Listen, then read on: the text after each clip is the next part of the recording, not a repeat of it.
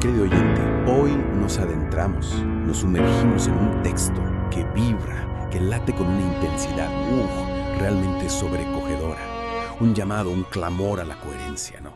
Entre lo que decimos y lo que realmente hacemos. Un tema siempre vigente, ¿verdad? Sin duda. Y las fuentes que tan generosamente has compartido con nosotros, bueno, nos llevan directo a las palabras de Jesús, tal como se conservan en el Evangelio según Mateo capítulo 23, en la versión Reina Valera de 1960. Un texto fundamental para comprender la profundidad de la ética cristiana. Exactamente. Y en este análisis, en esta, digamos, disección del texto, vamos a desentrañar las acusaciones, las fuertes acusaciones que se dirigen a los escribas y fariseos de la época. Personajes claves en el contexto socio-religioso de Jesús. Precisamente. Y nuestra misión hoy es, en el fondo, descubrir la esencia misma de estas palabras, cómo resuenan, cómo vibran, con una fuerza emotiva, yo diría que incluso visceral, incluso en nuestros días. Porque la búsqueda de la autenticidad, de la coherencia entre el ser y el hacer, es un desafío que nos sigue interpelando. Totalmente. El texto nos sitúa de entrada a los escribas y fariseos en una posición, en un lugar, digamos, de autoridad. En la cátedra de Moisés, se nos dice. Se les reconoce su rol, su función como intérpretes, como maestros de la ley. Y aquí ya se empieza a gestar una tensión, ¿verdad? Porque inmediatamente después de reconocer su autoridad viene una advertencia, una especie de sombra que se cierne sobre ellos. Claro, porque se les advierte, se les señala esa brecha, esa distancia entre lo que predican, lo que enseñan y cómo viven, cómo actúan en su vida diaria. Es fascinante, ¿no crees? ¿Cómo se presenta esta dualidad, esta contradicción en el corazón mismo del liderazgo religioso? Por un lado, se valida su conocimiento, su dominio de la ley, pero por otro, se cuestiona, y con mucha fuerza, su integridad, su coherencia. Y eso genera inevitablemente una tensión emocional muy poderosa, muy intensa, una especie de desgarro, diría yo. Sin duda. Es como si se nos invitara a mirar más allá de las apariencias, a no dejarnos deslumbrar por la autoridad o el conocimiento, y a buscar la autenticidad en las acciones, en el comportamiento cotidiano. Y el texto no se anda con rodeos, ¿verdad?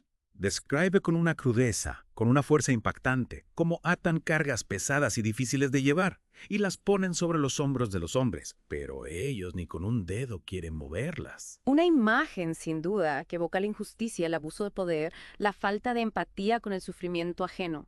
Una imagen que nos interpela, que nos hace preguntarnos por nuestra propia responsabilidad frente al dolor de los demás. Es como si se nos dijera, miren, observen cómo estos líderes religiosos se desentienden del peso que imponen a otros, cómo se erigen en jueces sin experimentar en carne propia la carga que exigen. Es una denuncia, sin duda, a la hipocresía, a la falta de compasión, a la desconexión entre la teoría y la práctica.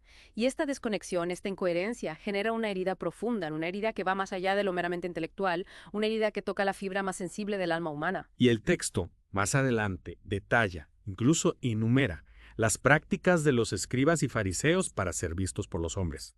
Fíjate, ensanchar las filacterias, extender los flecos de sus mantos. Recordemos que estas eran como insignias visibles de su devoción a la ley. Sí, símbolos externos que en teoría deberían reflejar una realidad interna, una profunda vivencia de la fe, pero aquí se usan, se manipulan para obtener reconocimiento, para alimentar el ego, para destacarse por sobre los demás. Y no solo eso, ¿no? También buscan afanosamente los primeros asientos en las cenas, las primeras sillas en las sinagogas, las salutaciones en las plazas. Anhelan ser llamados rabí, rabí por la gente. Es una búsqueda desesperada de validación externa, de reconocimiento social que contrasta, que choca frontalmente con la humildad que predican. Exacto. Es como si la verdadera piedad, la autenticidad del corazón, se hubiera vaciado, se hubiera reemplazado por una obsesión por la imagen, por la apariencia. Y eso inevitablemente lleva a una profunda incoherencia, a una contradicción que no puede sino generar rechazo e indignación. Porque en el fondo, esta necesidad desmedida de aprobación, esta búsqueda incesante de reconocimiento, refleja una profunda inseguridad interior, una falta de arraigo en lo esencial. Y cuando la búsqueda de la propia gloria se antepone al servicio a los demás, la fe se corrompe, se desvirtúa. Y entonces, con una fuerza, con una intensidad que realmente estremece, Jesús pronunció una serie de ayes. Ayes, que son a la vez una expresión de dolor, de profunda tristeza y una advertencia, un llamado de atención a la gravedad de la situación. El primero el primero de estos lamentos es por cerrar el reino de los cielos delante de los hombres. Pues ni entráis vosotros, ni dejáis entrar a los que están entrando. Es decir, no solo se cierran a sí mismos a la posibilidad de una verdadera experiencia de fe, sino que además impiden que otros accedan a ella. Se convierten en obstáculos, en barreras que impiden el encuentro con lo divino. Y la imagen, ¿no? La imagen de cerrar las puertas del cielo es tremendamente potente. Genera una sensación de angustia, de opresión, de desesperanza. Porque se les está negando a las personas la posibilidad de acceder a algo vital, algo que da sentido a la existencia.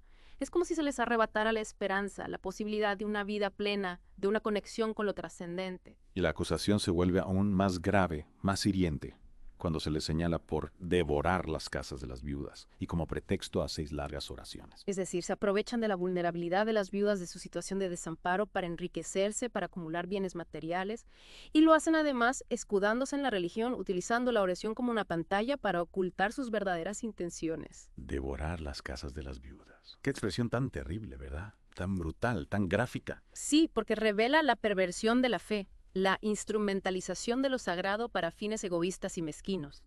Es una hipocresía que clama al cielo, una traición a la confianza depositada en aquellos que deberían ser guías espirituales. Es la antítesis del mensaje de amor, de compasión, de justicia que Jesús predicaba. Y la crítica continúa, ahora enfocándose en la meticulosidad, en el cuidado exagerado que ponen en asuntos menores, en detalles rituales. Diezmáis la menta y el eneldo y el comino, dice Jesús, y dejáis lo más importante de la ley: la justicia, la misericordia y la fe. Y es interesante, ¿no? Porque Jesús no dice que esté mal diezmar la menta, el eneldo o el comino. Lo que critica es que se olviden, que descuiden lo esencial, lo fundamental. Claro, porque se pierde el sentido, se distorsiona la perspectiva, se enfocan en lo externo, en lo ritual, en lo que se ve, y se olvidan de lo interno, de la transformación del corazón, de la coherencia entre el decir y el hacer. Es como si se quedaran en la superficie, en la cáscara, sin profundizar en la médula, en la esencia misma de la fe. Y esa es una tentación que nos acecha a todos, ¿no? La tentación de perdernos en lo accesorio, en lo superficial, y descuidar lo fundamental, lo que realmente da sentido a nuestra vida. Y luego, una de las imágenes más impactantes, más perturbadoras del texto, la analogía de los sepulcros blanqueados. Hermosos por fuera, se nos dice, mas por dentro están llenos de huesos de muertos y de toda inmundicia. Una imagen que nos produce, al menos a mí, una sensación de repulsión, de asco. Sí, porque evoca la falsedad, el engaño, la corrupción que se esconde tras una fachada de belleza, de pulcritud. Es como si se nos advirtiera del peligro de dejarnos seducir por las apariencias, por lo superficial, sin mirar más allá, sin escudriñar el corazón. Y esta imagen, por desgracia, no se limita solo al ámbito religioso, ¿verdad? La encontramos también en la política, en las relaciones personales, en tantos ámbitos de la vida. Es una tentación constante, un espejismo que nos puede llevar a construir nuestras vidas sobre cimientos falsos, sobre valores que no se sostienen, que se derrumban ante la primera prueba. Y finalmente, el texto nos conmueve, nos llega al alma, con ese lamento tan desgarrador de Jesús sobre Jerusalén. Jerusalén, que matas a los profetas y apedreas a los que te son enviados. Una exclamación, un grito de dolor que revela el amor profundo, la compasión infinita de Jesús por su pueblo, a pesar de su rechazo, a pesar de su obstinación. ¿Cuántas veces quise juntar a tus hijos, como la gallina junta sus polluelos debajo de las alas, y no quisiste? Se lamenta. Es la imagen de un amor maternal, de una protección, de un cuidado que se ofrece con insistencia, pero que se encuentra con un muro, con una cerrazón del corazón. Y eso genera una profunda tristeza, una sensación de impotencia, de frustración. Es como si se nos mostrara la tragedia del libre albedrío, la posibilidad de elegir el camino del rechazo, del alejamiento de la fuente de amor y de vida. Y este lamento, querido oyente, nos invita a reflexionar sobre nuestras propias elecciones, sobre nuestra capacidad de abrirnos o cerrarnos al amor, a la verdad, a la autenticidad.